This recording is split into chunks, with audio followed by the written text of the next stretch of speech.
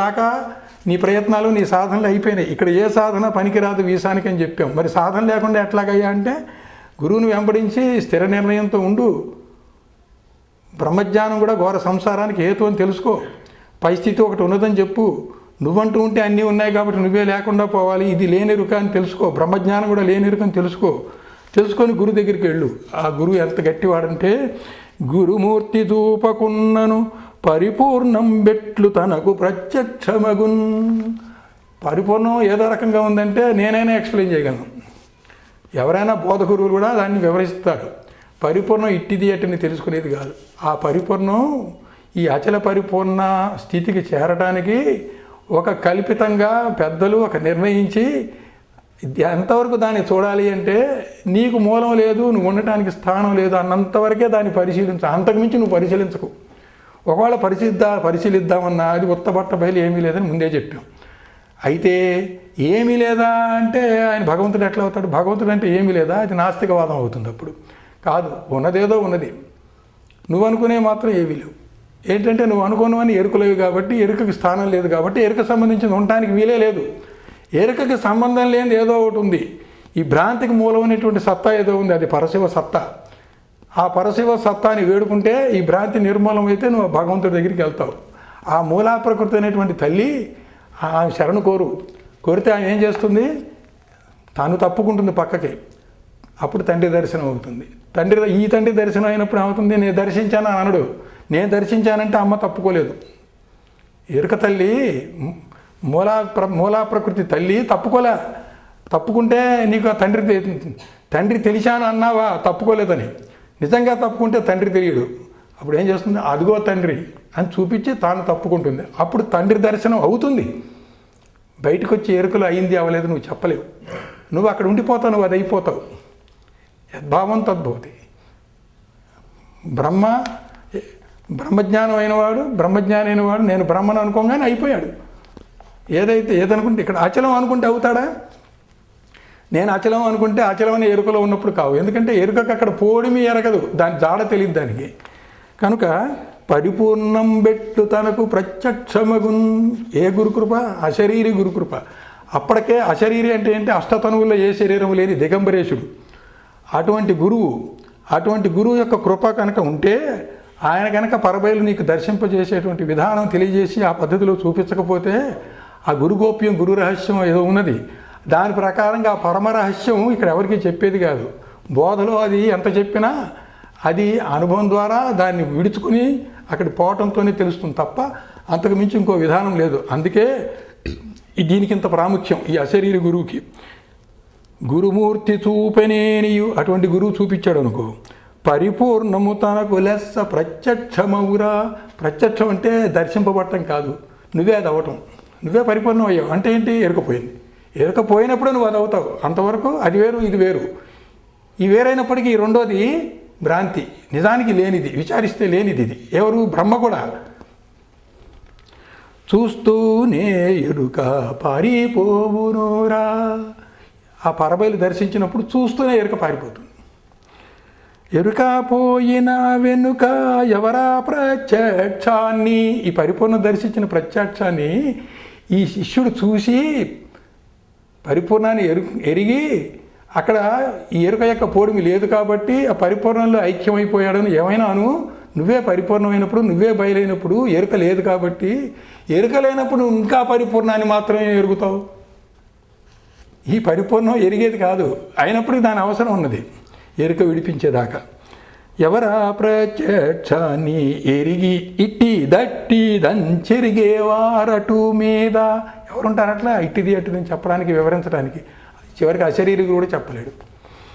ప్రత్యక్షమౌరా పరిపూర్ణం. ప్రత్యక్షం అంటే నువ్వు అది అవటం. చూస్తూనే ఎరుక పారిపోవునురా. దేని చూస్తుంటే? పరబయలు చూస్తుంటే. ఇట్లా చూడటం కాదు. ఎరుక విడిచి దాంట్లో కూర్చున్నప్పుడు ఎరుక పారిపోతుంది. ఎరుక పోయిన వెనుక ఎవరా ప్రత్యక్షాన్ని ఎరిగి ఇచ్చి దట్టెంచెరిగే వారటు మీద. ఈ రకంగా అది లేకుండా పోతుంది. గురుకృప ఇలా ఉంటుంది. అటువంటి గురువు దొరకడం ఎంత అదృష్టమో. ఎందుకంటే ఈ విధానంలో ఇతర అద్వైత పద్ధతుల్లో ఇతర మత విధానాల్లో ఇది కుదరదు. అల్లా కూడా నిర్గుణ నిరాకారుడే, అల్లా కూడా అచల పరిపూర్ణమే. కానీ అల్లా ఏదో చేస్తాడంటారు. అల్లా చేస్తాడనేసరికి అద్వైత బ్రహ్మే అవుతాడు, పరబ్రహ్మే అవుతాడు. కానీ అల్లా ఏమి చేయడం అనుకుంటే మాత్రం ఆయన భగవంతుడే నిర్ణయిస్తే అది ఆయన కూడా అచల పరిపూర్ణమే. అచల పరిపూర్ణ ఎరిగింపే చేసేవాళ్ళు ఆ మతంలో ఎవరూ లేరు. ఈ మతంలో దాన్ని తెలుసుకొని దీన్ని ఎరిగించేవాళ్ళు ఉన్నారు, దాన్ని ఎరిగించేవాళ్ళు ఉన్నారు. నిజంగా ఆధ్యాత్మిక సాధన కనుక ఏ మతంలో చేసినా కానీ చివరికి హిందూ మతం అంటే మత దృష్టిలో చూస్తే మనం వేరుగా భావిస్తున్నాం. కానీ మన వేదాలు, ఉపనిషత్తులు, మన పద్ధతులు కనుక చూస్తే గోప్యంగా అందులో అచలం కూడా దాగి ఉంది. అనంతోపనిషత్తులో వాటిలో ఉన్నది.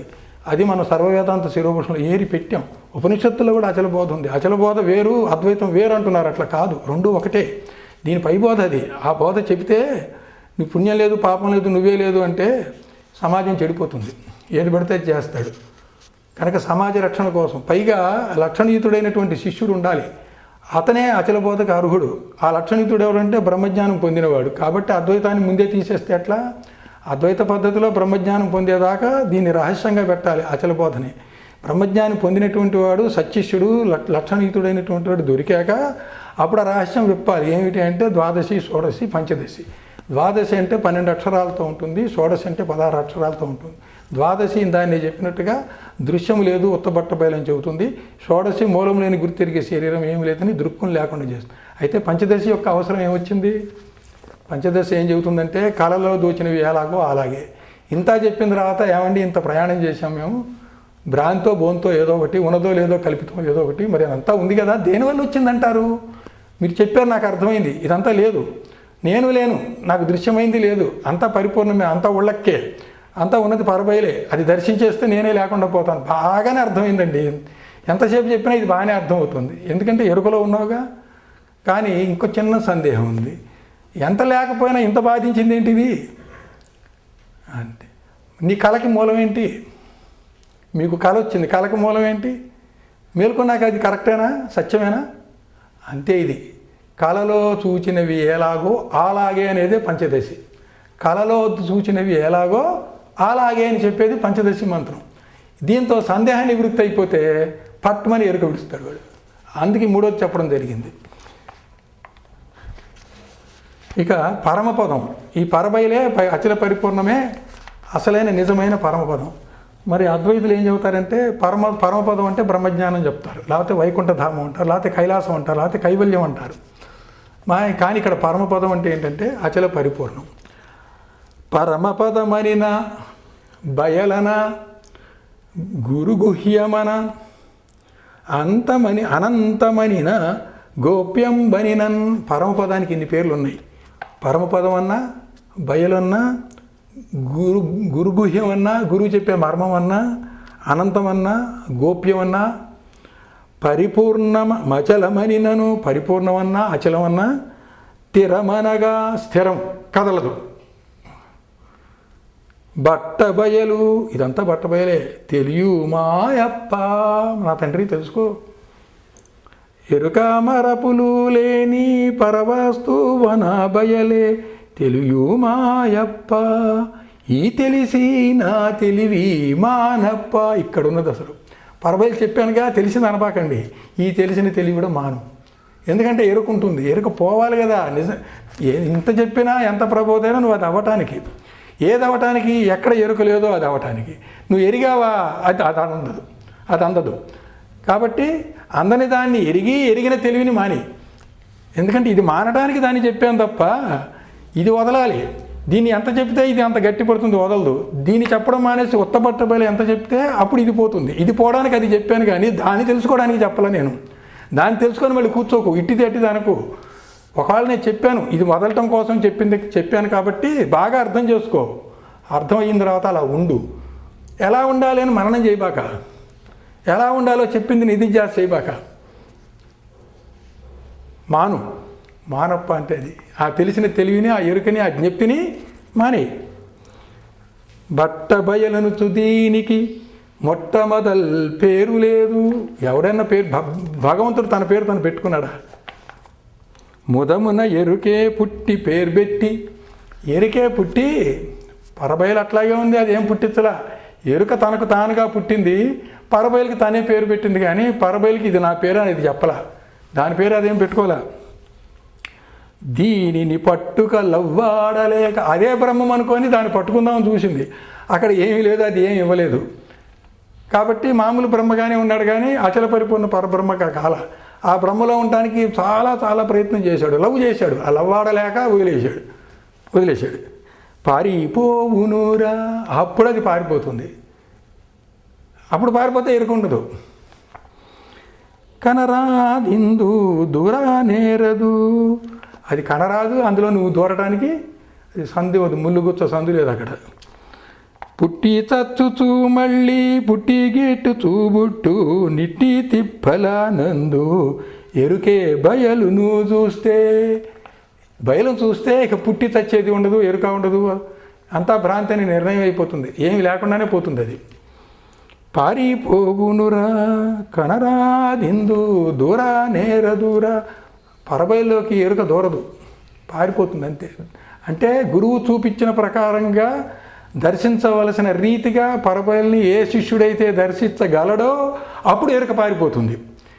ఆ రీతి ఏమిటి అంటే ఇట్టిది అట్టిదని దాన్ని అనకుండా ఎరుక విడిచే మార్గంగా దీని మూలము స్థానము అక్కడ లేదనే పద్ధతిలో మాత్రమే చూసి, నాకు అది స్థానం కాదు కాబట్టి నేనెవరు, ఇంతవరకు కోహం అనే ప్రశ్నతో బయలుదేరి నేను అదై ఉన్నానని బ్రహ్మజ్ఞానంతో సోహంతో ఉన్నవాడు తన మూలమైనటువంటి అచల పరిపూర్ణ పరబ్రహ్మ మూలముగా ఎంచి దాన్ని పరిశీలించి ఆ పరబయలు గురువు నీకు దర్శింపజేసినప్పుడు నీ మూలాన్ని అక్కడ వెతుక్కుంటే నీకు అది మూలము కాదని తెలిసినంత వరకే నువ్వు ఎరిగి, నీకు మూలం లేదు కాబట్టి నువ్వేం చేయాలో, నువ్వు వంజాముత్రుడు పుత్రుడువో గొడ్రాలి పుత్రుడువో తెలుసుకొని, నీకు తల్లి తండ్రి లేరు, నీకు మూలం లేదు, చేత తీరే ఒడి లేదు అని చెప్పి నీకు నువ్వు లేకుండా పోవడానికి ఆ పరబయలు దర్శింపజేశాం. కానీ అందులో పోయి కూర్చోమని కానీ కూర్చొనివ్వదు, అది అందులో దూరనివ్వదు.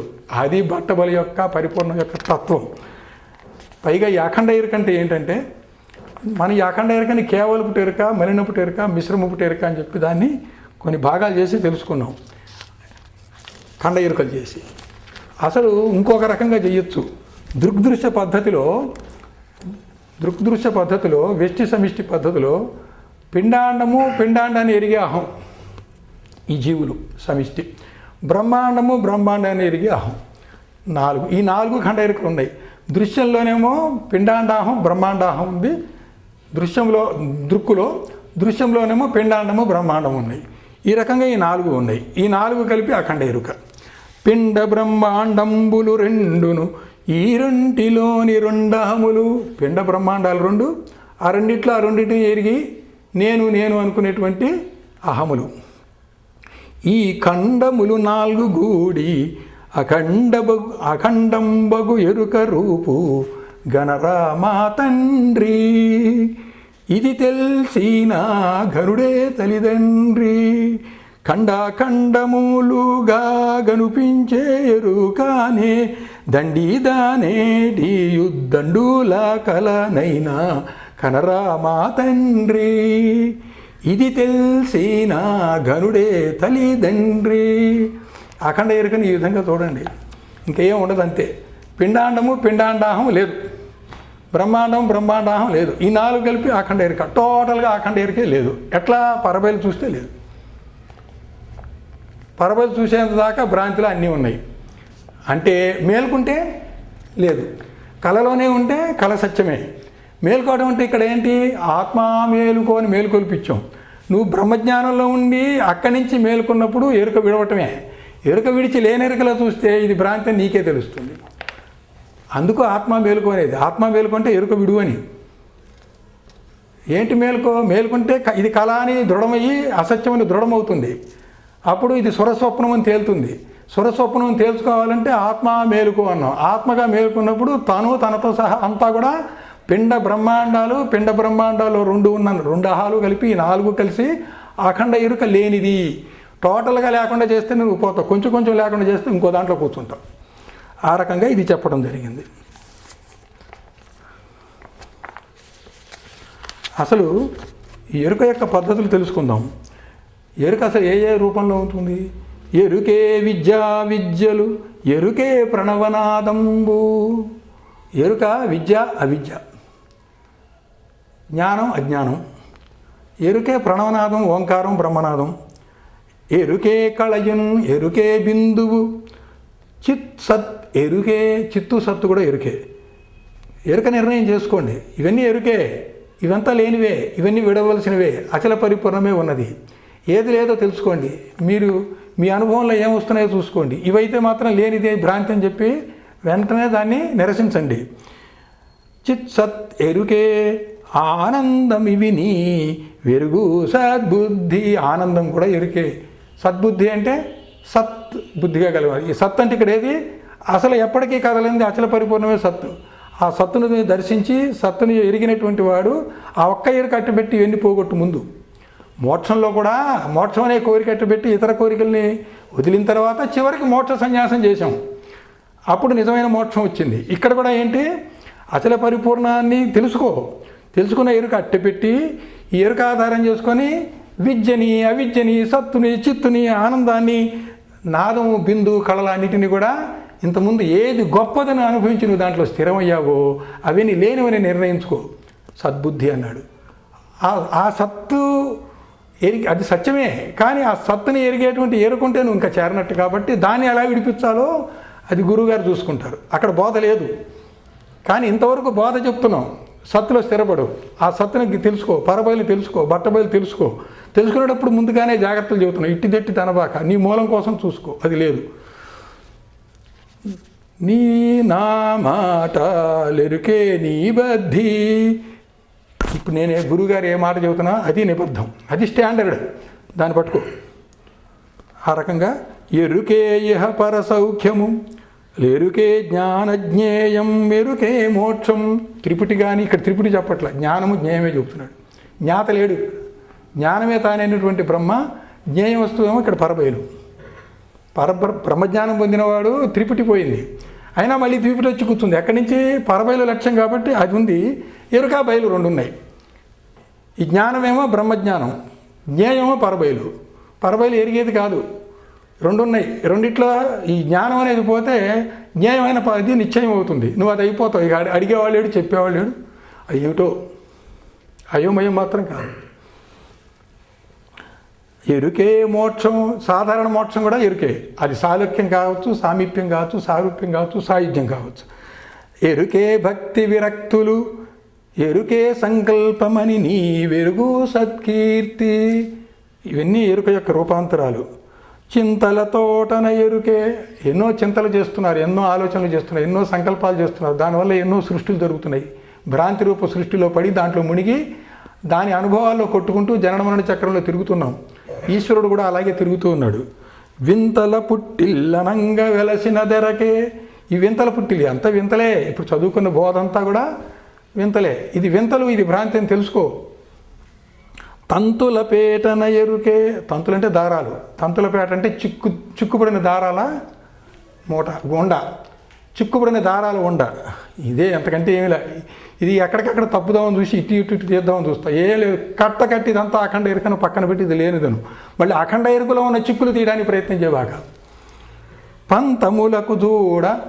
మళ్ళీ బ్రహ్మజ్ఞానం పొందినప్పుడు ఈ అద్వైత సిద్ధాంత మార్గంలో ఇదే కరెక్టు అని ఒక వాదిస్తాం. అటువంటి పంతం పెట్టుకున్నామంటే నువ్వు దీనికి పనికిరావు.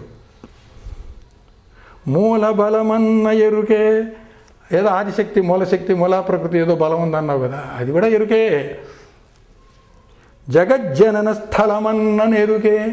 జగత్తు యొక్క ఆవిర్భావానికి సంబంధించిన విశ్వం ఏదైతే ఉందో అది కూడా ఎరుకే. అండరూపంలో ఉన్న ఎరుక, తర్వాత బీజరూప ఎరుక, తర్వాత కారణరూప ఎరుక, తర్వాత కార్యరూప ఎరుక, తర్వాత సమిష్టి ఎరుక, తర్వాత వేష్టి ఎరుక. మొత్తం అదే దిగి వచ్చింది. దాని మూలాన్ని తీసేయాలి. కానీ ఇవన్నీ ఎందుకు? ఇవన్నీ చిక్కుముళ్ళు.